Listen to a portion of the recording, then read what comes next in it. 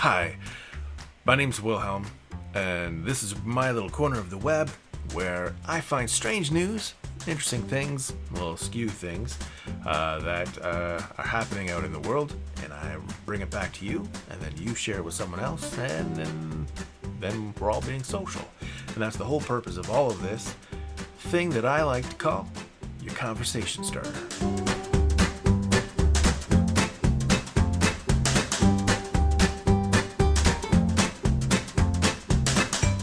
So, today's episode was brought to you by my wife, who shared the article with me from Global News here in Canada. The article itself is coming from Arizona. And let's dive into the strangeness that is happening in Arizona. So, an Arizona woman says that her neighbor deliberately slashed her SUV's tires and accidentally gave her the finger after she found said finger in her blood-stained driveway following the argument. I literally have been laughing all day because if I don't, I think I might cry, said Francesca Wyckoff, who reported the incident to the police at the Maricopa County on Thursday. Authorities have since taken this finger into evidence. Wyckoff told the Maricopa Monitor that it won't be hard to finger the culprit behind the tire slashing incident. She says it was a neighbor who tried to pick a drunken fight with her husband the night before, and that she's simply waiting to catch him bloody red-handed.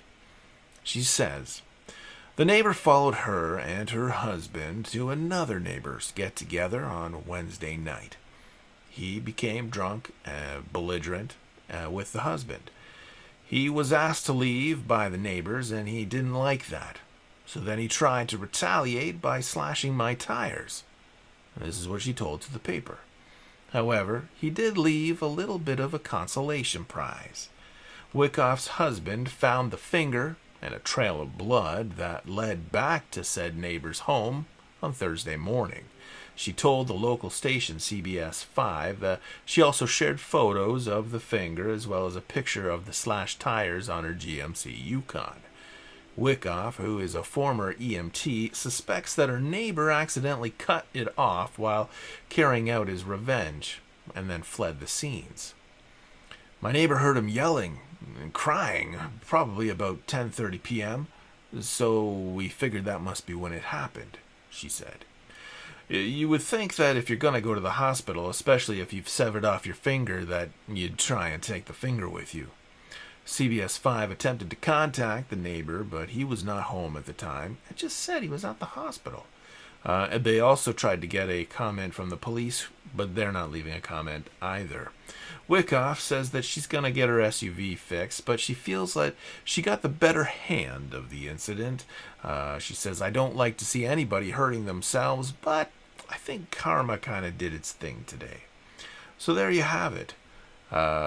Heated argument leads to extreme countermeasures, which then leads to someone losing a finger. It is a strange world we live in, people. I know tensions are high. I know COVID is taking its toll on everyone, between the people who feel that it doesn't exist to the people who feel that it does exist and we really aren't doing enough. There's no lack of stress in the world. But for some people, you mix a little alcohol into it all. Who knows what they were fighting about? And it looks like the guy just he needed to lash out and he couldn't do it in a safe way.